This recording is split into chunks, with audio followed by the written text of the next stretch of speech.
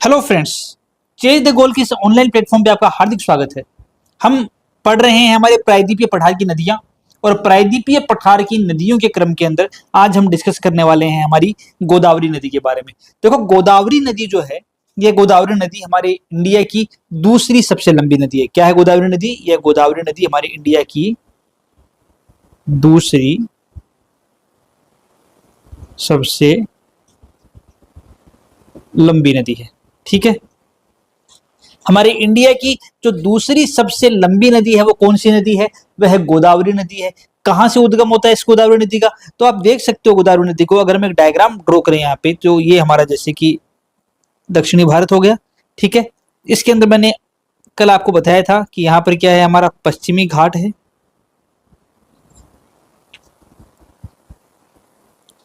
ठीक है, ये पश्चिमी घाट हो गया। इस पश्चिमी घाट के अंदर एक यहाँ पर पर्वत श्रृंखला है जिसका नाम क्या है? कल सुबई चोटी। जिसका नाम क्या है? जिसका नाम है आपका कल सुबई चोटी। ठीक है, तो इस गोदावरी नदी का उद्गम पश्चिमी घाट में स्थित जो कल सुबई चोटी है, उस कल सुबई चोटी से इस गोदावरी नदी का क्या होता है? उद्गम होता है। कहां से उद्गम होता है गोदावरी का? पश्चिमी घाट में स्थित जो कल सुबई चोटी है, उस कल सुबई चोटी से गोदावरी का उद्गम हुआ। और उद्गम होने के बाद गोदावरी यहां से निकलती है। निकलने के बाद महाराष्ट्र, महाराष्ट्र से तेलंगाना, और तेलंगाना से होती हुई आंध्र प्रदेश से बहती हुई बंगाल की खाड़ी में जाकर के गिर जाती है। कहां से उद्गम हुआ इसका? इस गोदावरी नदी का जो उद्गम हुआ, वो उद्गम कहां से हुआ? इसका उद्गम पश्चिमी घाट में स्थित कलसुबई चोटी से इसका उद्गम हुआ। और उद्गम होने के बाद में ये क्रमशः आपके महाराष्ट्र, महाराष्ट्र के बाद में तेलंगाना, और तेलंगाना के बाद में आपके आंध्र प्रदेश से बहते हुए कहां चली जाती है? जो बंगाल की खाड़ी है, उस बंगाल की खाड़ी में जाकर के गिरती है। बंगाल की खाड़ी के अंदर जाकर के गिरती है। यानी कि कैसी नदी है? यह भी एक पूर्व वाहिनी नदी का उदाहरण है। क्या क्या चीजें बताई मैंने आपको? यहाँ पर जो पहली चीज बताई वो ये बताई कि गोदावरी नदी दूसरी सबसे लंबी नदी है, पहली बात। दूसरी क्या होती है? कहां से निकलती है? कल सुबई चोटी से निकलती है।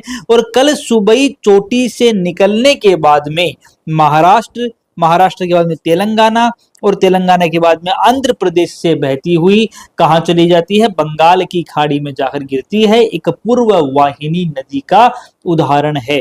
आंध्र प्रदेश में क्या है? इसी नदी पर एक परियोजना का विकास किया जा रहा है। जो हमारा आंध्र प्रदेश है, इस आंध्र प्रदेश में इसी नदी पर एक परियोजना बनाई जा रही है। उस परियोजना का नाम क्या है?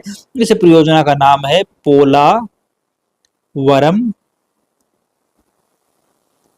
परियोजना। पोलावरम परियोजना कहां पर है? पोलावरम परियोजना आंध्र प्रदेश में है।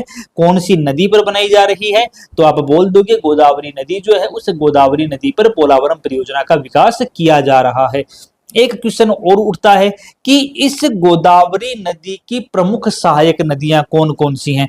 तो अगर हम सहायक नदियों की बात करें कि गोदावरी नदी की सहायक नदियां कौन कौन सी हैं, तो सहायक नदी में पहली जो नदी आती है वो आती है आपकी इंद्रावती, आपकी पेनगंगा, वेनगंगा,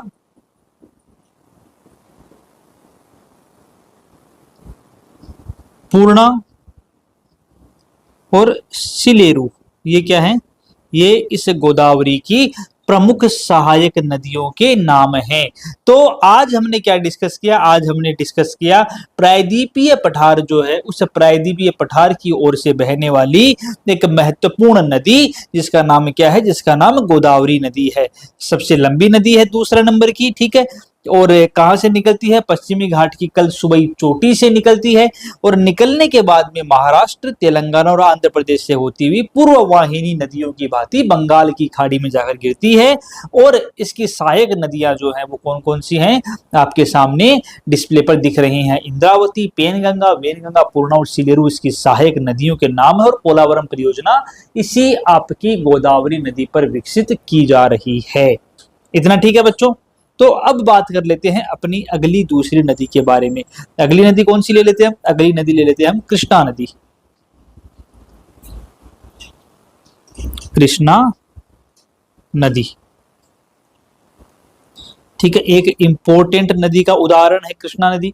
ठीक है, कहां से निकलती है कृष्णा नदी? तो पश्चिमी घाट के अंदर महाबलेश्वर चोटी से निकलती है कृष्णा नदी। यही डायग्राम दोबारा से देख बनाना चाहें तो आप देख सकते हो कि ये हमारा क्या हो गया, ये हमारा आपका दक्षिणी भारत का पार्ट हो गया। इस दक्षिणी भारत के पार्ट में क्या बनाएंगे, इस दक्षिणी भारत के पार्ट के अंदर हम ड्रॉ करेंगे यहाँ पर कौन सा घाट, ये आपका पश्चिमी घाट हो गया। और इस पश्चिमी घाट के अंदर एक चोटी होती है जिसका नाम क्या होता है, जिसका नाम है महाबलेश्वर चोटी। ठीक है, इसका नाम क्या है, इसका नाम है महाबलेश्वर। ठीक है, तो पश्चिमी घाट में स्थित महाबलेश्वर की चोटी से एक नदी का उद्गम होता है, जिस नदी का नाम क्या है, जिस नदी का नाम कृष्णा नदी है।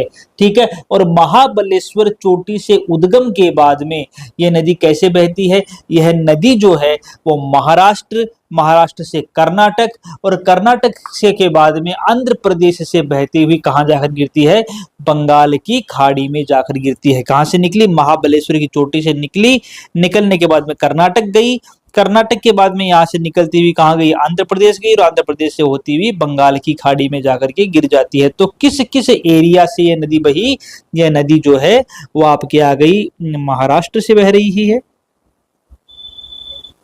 फिर कर्नाटक में प्रवेश कर गई, फिर आपके आंध्र प्रदेश में गई, और वहां पर जाने के बाद में फाइनली बंगाल की खाड़ी जो थी उस बंगाल की खाड़ी में जाकर गिर गई। तो और जो पूर्व वाहिनी नदियां हैं जो हमने अभी पढ़ी हैं, उन पूर्व वाहिनी नदियों की तरह कृष्णा नदी भी महाबलेश्वर की चोटी से निकलने के बाद में, जो कि पश्चिमी घाट में स्थित है, वहां से निकलने के बाद में आपके महाराष्ट्र, कर्नाटक और आंध्र प्रदेश से होती हुई बंगाल की खाड़ी में जाकर के क्या होती है, गिरती है। ठीक है, यह जो आपकी कृष्णा नदी है, इस कृष्णा नदी की अगर हम सहायक नदियों की बात करें, अगर हम बात करें कि इसकी सहायक नदियां जो हैं वो सहायक नदियां कौन कौन सी हैं, तो कृष्णा नदी की सहायक नदियों में कई नदियां आती हैं, जैसे अभी कोयना है, घाट प्रभा है, माल प्रभा है, तुंगभद्रा है, मूसी है। ये सारी की सारी क्या है, कृष्णा नदी की सहायक नदियां। कौन कौन सी बताई मैंने बताई आपकी कोयना नदी कृष्णा की एक सहायक नदी है। ठीक है, घाट प्रभा नदी कृष्णा की एक सहायक नदी है, माल प्रभा नदी कृष्णा की एक सहायक नदी है, मूसी नदी कृष्णा की एक सहायक नदी है, भीमा नदी ये भी एक कृष्णा की सहायक नदी है, और एक बच गई आपकी तुंगभद्रा नदी, ये भी क्या है, कृष्णा की सहायक नदियों के नाम है। इसमें से जो आपकी मूसी नदी है, मूसी नदी के किनारे कौन सा शहर बसा हुआ है, तो जो आपकी मूसी नदी है उस मूसी नदी के किनारे आपका हैदराबाद जो है वो कहाँ बसा हुआ है, हैदराबाद मूसी नदी के तट पर या मूसी नदी के किनारे बसा हुआ शहर है। एक महत्वपूर्ण पॉइंट है, आपको यहाँ पर ध्यान रखना है। ठीक है, अच्छा, तुंगभद्रा नदी जो है वो तुंगभद्रा नदी कहाँ पर बहती है, कर्नाटक से होती जाती है, और इस तुंगभद्रा नदी पर क्या है, इस तुंगभद्रा नदी के ऊपर एक कर्नाटक में बांध बनाया गया है। यहाँ पर क्या बनाया गया है, कर्नाटक में तुंगभद्रा नदी पर एक बांध बनाया गया है, जिसका नाम क्या है, जिसका नाम है तुंगभद्रा बांध। तुंगभद्रा बांध कहाँ बनाया गया है, तुंगभद्रा बांध जो है इस कर्नाटक में तुंगभद्रा नदी पर बनाया गया है। तुंगभद्रा नदी पर कर्नाटक में क्या बनाया गया है, कर्नाटक में बांध बनाया गया जिसका नाम क्या है, तुंगभद्रा बांध जो है उसका नाम है बच्चों। ठीक है, उसी प्रकार से जो आपकी कोयना नदी है उस कोयना नदी पर भी एक बांध का निर्माण किया गया जिसका नाम है शिवाजी सागर बांध। शिवाजी सागर बांध कहां पर है, ये आपके महाराष्ट्र में है। तो जो आपकी कृष्णा नदी है, इस कृष्णा नदी की एक सहायक नदी कोयना है, उस कोयना नदी पर महाराष्ट्र के अंदर एक बांध बनाया गया है जिसका नाम है शिवाजी सागर डैम। ठीक है, और यही कृष्णा नदी जो है, इस कृष्णा नदी पर तेलंगाना में एक बांध बनाया गया है। तेलंगाना में क्या किया गया है, एक बांध बनाया गया है जिसका नाम क्या है, नागार्जुन सागर बांध। नागार्जुन सागर बांध कहां पर है, नागार्जुन सागर डैम कहां पर है, ये आपके तेलंगाना में है। ठीक है, इंपॉर्टेंट है बच्चों, याद रखना है आपको। तो इस प्रकार से क्या होता है, इस प्रकार से। अच्छा, आप ये कहोगे सर तेलंगाना बताया नहीं, तो कर्नाटक के बाद में तेलंगाना में ही जाती है। जो कर्नाटक होता है ना, कर्नाटक से निकलने के बाद में डायरेक्टली आंध्र प्रदेश में नहीं जाती है। कर्नाटक से निकलने के बाद आप एक नाम और लिख लो, यहाँ पर नाम लिख लो तेलंगाना। ठीक है, तेलंगाना से भी होती हुई जाती है। तो ये जो कृष्णा नदी है महाबलेश्वर की चोटी से निकली, महाबलेश्वर की चोटी से निकलने के बाद जो पश्चिमी घाट में स्थित थी महाराष्ट्र आती है, महाराष्ट्र से कर्नाटक जाएगी, कर्नाटक से तेलंगाना जाएगी, टच करते हुए निकलती है कॉर्नर वाला जो एरिया है ना उसको, और उसके बाद में चली जाती है आंध्र प्रदेश में। तो इस नदी पर महाराष्ट्र में इसकी सहायक नदी जो कोयना है, उस कोयना पर शिवाजी सागर डैम बनाया गया है। इसकी सहायक नदी जो तुंगभद्रा है, उस पर कर्नाटक के अंदर तुंगभद्रा डैम का निर्माण किया गया है। और इसी कृष्णा नदी पर तेलंगाना के अंदर एक डैम बनाया गया है जिसका नाम है नागार्जुन सागर डैम। और एक और महत्वपूर्ण जो आपको इंफॉर्मेशन हमारे द्वारा दी गई, वो क्या दी गई कि एक सहायक नदी कृष्णा की मूसी नदी भी है। और हैदराबाद जो है हमारा कौन सी नदी के किनारे बसा हुआ है, इसी मूसी नदी के किनारे हमारा हैदराबाद बसा हुआ है। तो ये बच्चों बात हो गई हमारी कृष्णा नदी की। आज के लेक्चर के अंदर हमने दो नदियों को कवर किया है, एक हमारी गोदावरी नदी है, एक हमारी कृष्णा नदी है। तो ये दोनों नदियां जो है वो हमारे प्रायद्वीपीय पठार की एक महत्वपूर्ण नदियां हैं, हमारे दक्षिण भारत की महत्वपूर्ण नदियां हैं।